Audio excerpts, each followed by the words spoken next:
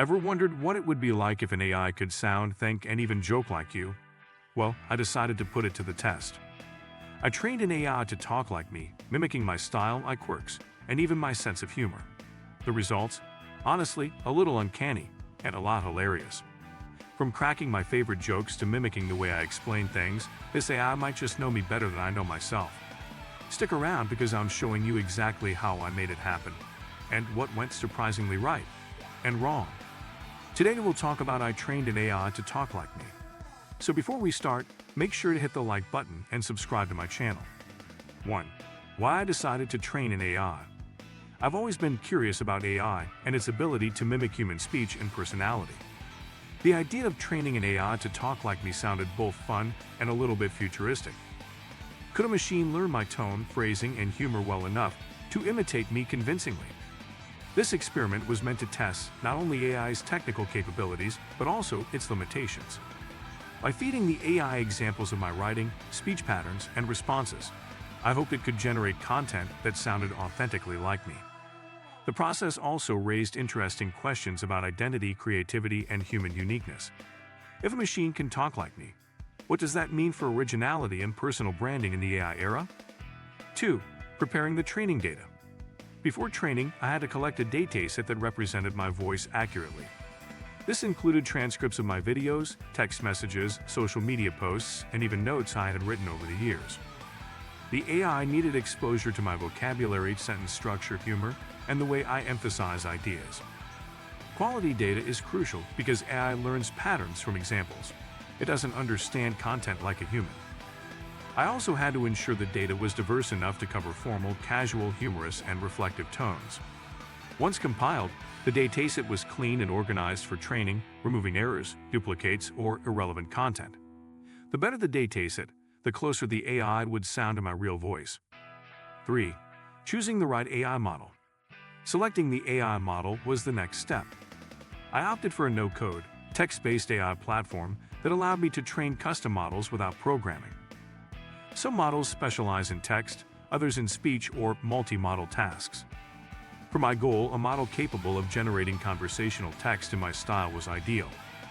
The platform used machine learning algorithms to detect patterns in my writing and speech, learning how I phrase sentences, the types of humor I use, and how I structure arguments. Choosing the right model was key because not all AI can capture the subtleties of personal tone or personality nuances. It needed flexibility and adaptability to match the style I wanted. 4. Training the AI. Training began by feeding the AI my dataset in batches. The process involved the AI analyzing my writing style, sentence structure, and even preferred words or expressions. Over multiple iterations, the model began generating text that sounded increasingly like me. Initially, the AI output was awkward, sometimes funny, sometimes nonsensical. But as I've learned, it started capturing the rhythm and tone of my voice. Training required patience. I had to monitor outputs, refine prompts, and occasionally add more data to fill gaps in my style. This iterative approach is essential because AI improves through repeated exposure and feedback. By the end of training, the AI could imitate my conversational patterns convincingly. 5. Testing the AI's voice. Once trained, I tested the AI in various scenarios: casual chat, explaining a topic, or writing a short script. The results were astonishing in some cases. It could replicate my humor, phrasing, and tone with remarkable accuracy. However, it wasn't perfect. Sometimes it overused certain words or misinterpreted context, leading to slightly off responses. Despite minor errors, the AI gave a realistic simulation of my voice, showing how far personalization technology has come. It was both exciting and surreal to read or hear sentences generated by a machine that sounded like me, blurring the line between human and AI expression. 6. The AI learned my humor. One of the most surprising outcomes was the AI's ability to mimic my sense of humor.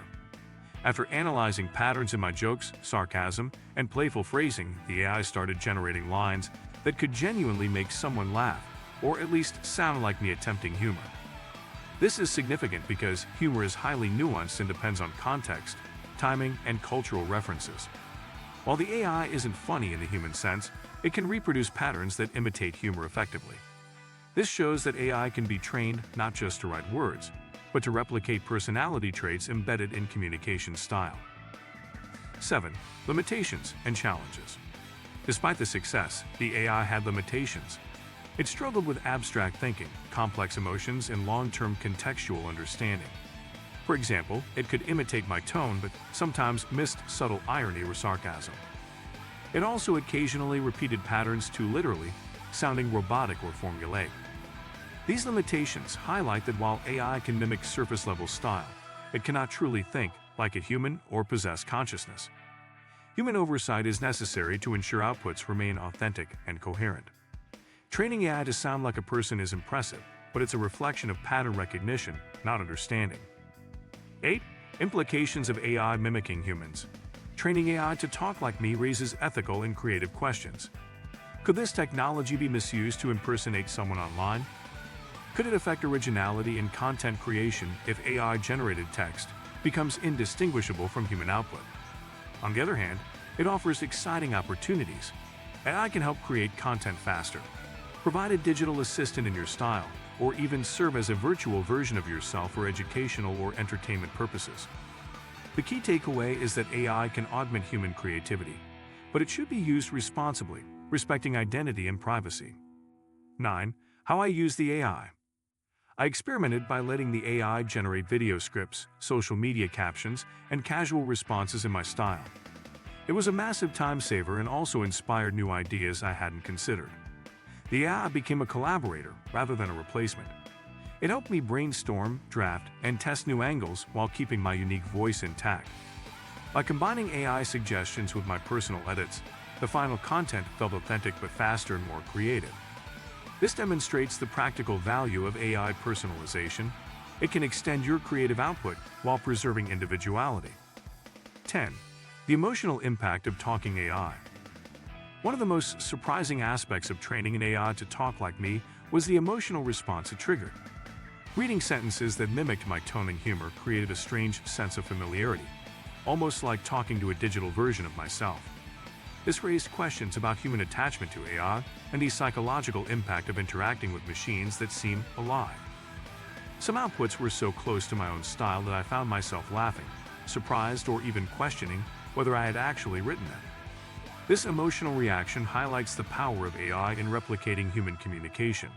Beyond just words, it can evoke feelings, memories, and personality cues.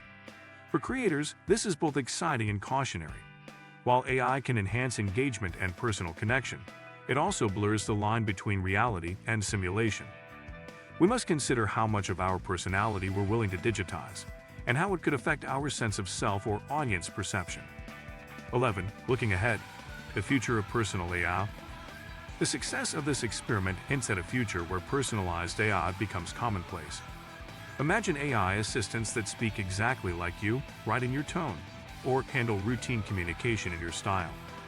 This could revolutionize content creation, customer engagement, and even education by offering hyper-personalized experiences. However, with great power comes great responsibility. Ethical considerations like consent, misuse, and identity theft are critical. The technology can be exploited to impersonate someone convincingly or spread misinformation. If you like this video and would like to see more like it, please give it the thumbs up. Leave a comment and click the button to subscribe.